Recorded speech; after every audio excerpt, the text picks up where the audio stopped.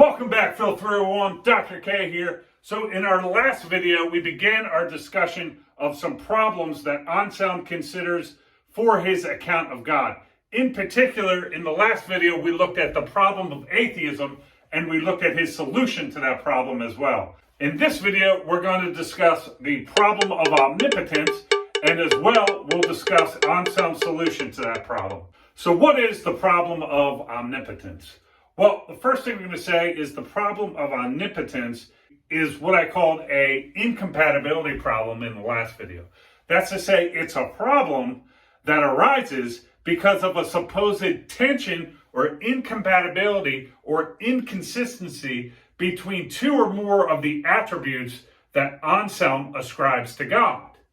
And the attributes that are suspected of being incompatible here are obviously, number one, omnipotence, or God's being all-powerful, and also the negative attributes that Anselm ascribed to God, of God being incapable of being corrupted, right?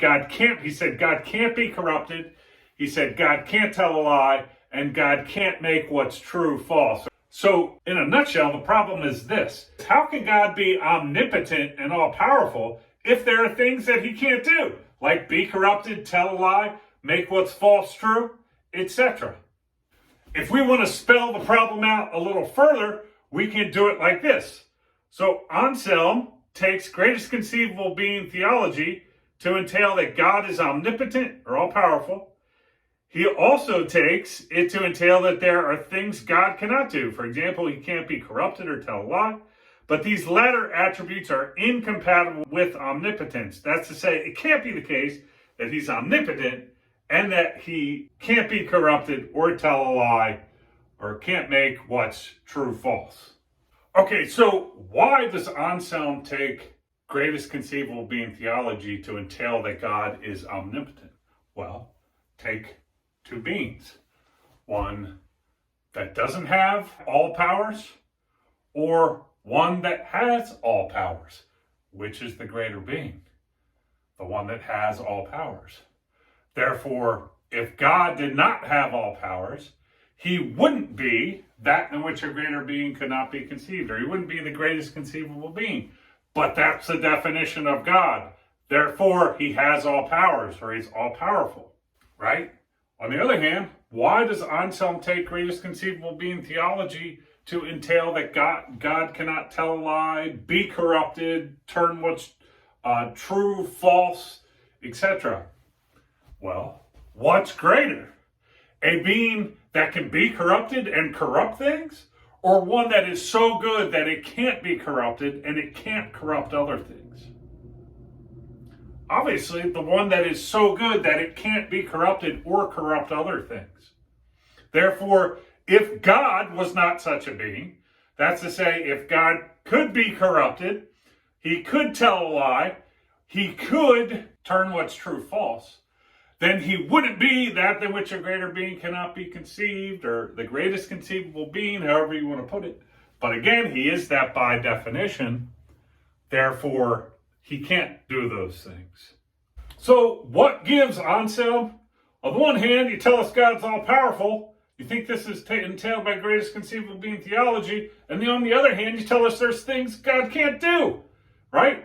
And that this is entailed by greatest conceivable being theology. You're confused somewhere, and your account is internally inconflicted, because it can't be the case that God is all-powerful and that there are things that he can't do. So what is Anselm's solution or response to this problem? Well, it involves a distinction that he draws, namely a distinction between power and weakness. A power, he says, is an ability to do what is beneficial to oneself and what one ought to do. Weakness, on the other hand, is an ability to do what is not beneficial to oneself and what one ought not to do. So, by saying, as Anselm does, that there are things God cannot do, tell a lie, be corrupted, make what's true false, he is not denying of God any powers. Rather, he is denying that God has weaknesses, right? Being corruptible or being corrupted is something that's not beneficial to oneself. And telling lies or turning what's true to false are not things that one should do. So, even though there are things God cannot do, that's not inconsistent with him having all powers. Because those things that he cannot do are not powers, but weaknesses.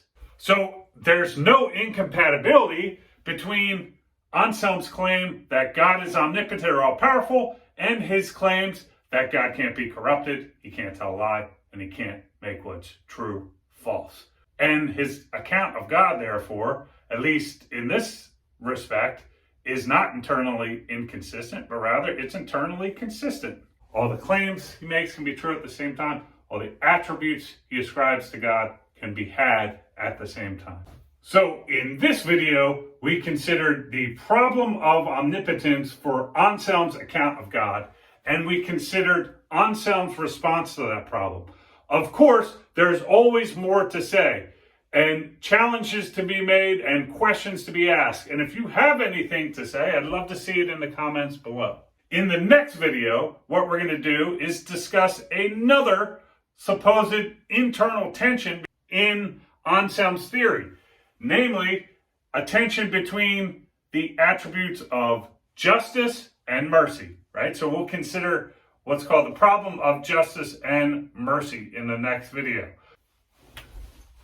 See you in the next video. Dr. K out.